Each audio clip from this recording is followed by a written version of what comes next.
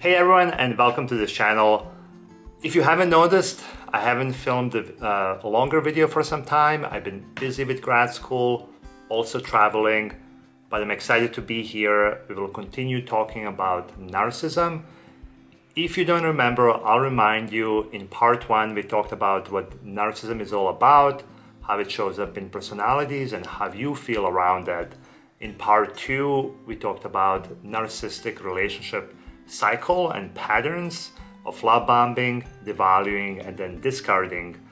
This is part three, and we will move on to strategies on how to deal with narcissists. I kind of think that all of us at some point are either, if you're not dealing with narcissists right now, you are going to, and you might have in the past. So this information is really valuable. Continue watching the video, pay attention. We'll share a lot of really good info, and let's dive right into it. Most people that been with a narcissist at some point have thought that the reason why a relationship is not working out is because it was their fault. Somehow, if they did more of this or less of that, if they didn't ask for things, or they talked less, they asked for less things, they didn't need anything, I don't know, name it. Everyone thought that like at some point it was their fault that the relationship was not working out. What doesn't help that is the fact that narcissists will gaslight you, where they will make you question yourself. So most people hope that if they did more of something, that the relationship will go back to a stable place, or they think about why can a relationship be like how we were at the beginning. At the beginning it was so great, we were soulmates. And also the narcissists are very tricky. Every once in a while they throw you a breadcrumb, so they throw you that little glimpse of hope that the relationship can be like that, because that's what they do, and that's what they do to get supply out of you, to like keep you around. So the number one thing or strategy to think about here is that narcissistic relationship patterns do not change. There is nothing more that you can do. There is nothing more that you could have said, or different that you could have said, or it's nothing that you could have done to make that relationship work, because narcissists are not looking for, and they can't be in a stable, healthy relationship. They thrive off instability and chaos. So the first strategy is just to level with yourself that these relationship patterns do not change.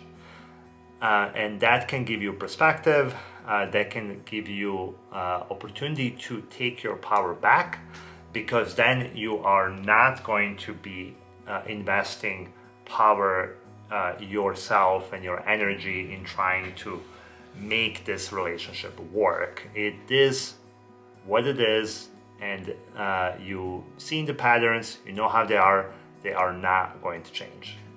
So that's number one. If you enjoy this content, please hit like, share, subscribe. It's really important to keep this going. Having more engagement on my videos is giving me more inspiration to do the videos, and also if this can reach more people and more people know about narcissism and how it shows up, the knowledge is power, we can help more people. So help me out with either subscribing, liking, or sharing the video. I'd highly appreciate that. Moving on to strategy number two is, you may be thinking at some point too that you did something to attract the narcissist, that it's you doing something specifically to attract them, or you don't have something, or you have too much of something, or there is something about you that's causing you to attract a narcissist. Basically, in other words, you're personalizing why this is happening. And that's not helpful for several reasons. One is you're giving your precious real estate in your head to a narcissist because you're going to be ruminating over and over what is it that you're doing to attract a narcissist, and personalizing it is just not helpful.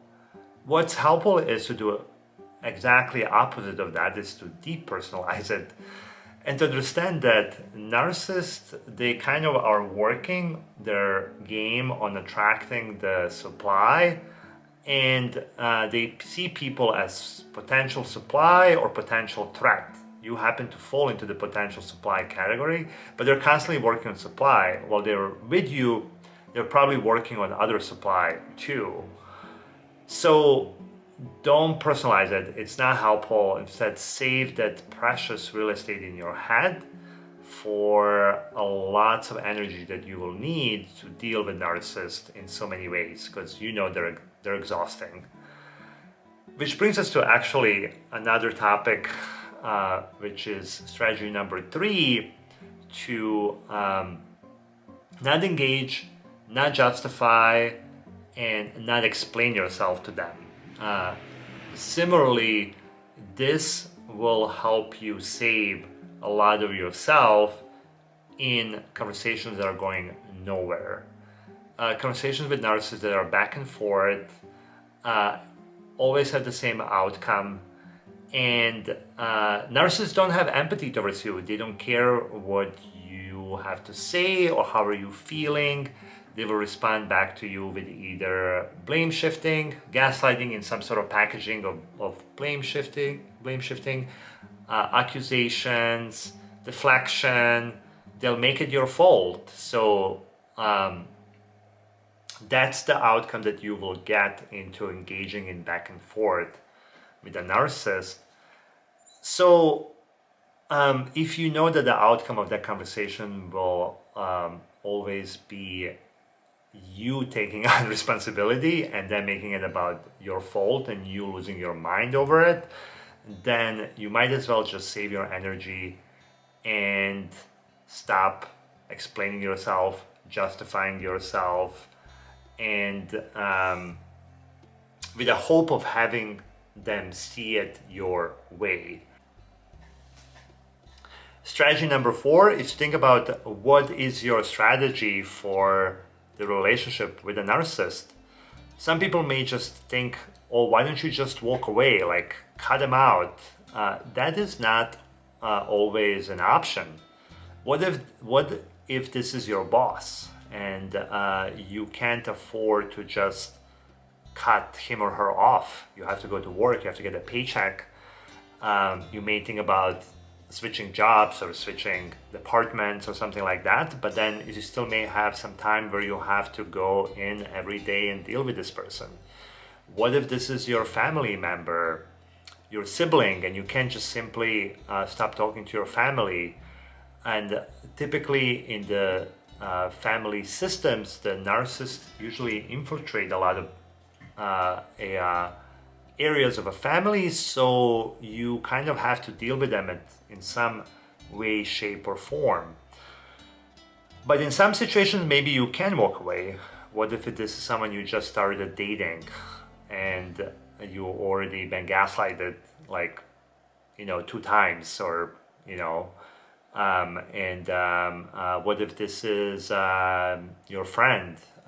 It could be also a situation where you can do that, but you have to make the decision for yourself. You have to think about what is your plan, and by doing other things that we talked about, accepting that these relationship patterns will not change, the cycles, once you understand how these cycles work, these cycles tend to repeat themselves, and you can take your power back by not engaging them as much, by not thinking it's your fault that the relationship is like that. You can save yourself, just energy of just accepting that this is how these relationship patterns are. So think about what is your strategy for this relationship. The next strategy, I think we're up to number 5, is we talked a lot about not giving your energy into engagement with narcissist or trying to save the relationship, change the relationship, take ownership of the, like, anything that's externally focused there. So if you can do that, then the strategy number 5 is to invest that into your healing, your moving on from that. Often when people are with a narcissist, they've been gaslighted, they're experiencing a lot of self-doubt, and when you are with narcissists, because they don't want you to have your own identity, they want you to submit your identity to serving them, being their supply. People often leave this relationship not really knowing or being disconnected from themselves and from who they are. So investing into your own healing and figuring out how to move forward and connect with yourself is a really smart strategy. So instead of giving that power away to narcissists, you're giving that that energy and that power to yourself. Also important to connect to the 5th strategy. This could be either 5A or B, is to get support from people that you trust, to work with a therapist or a coach that knows narcissism. I talked about this before. It's really important to start connecting with yourself. It's really important to go through the actually process of de-gaslighting. Since you've been gaslighting, the opposite of it is de-gaslighting. And it's important to tell your story, and it's important for you to have that space. So it's definitely worth of investing in that, and something you should consider.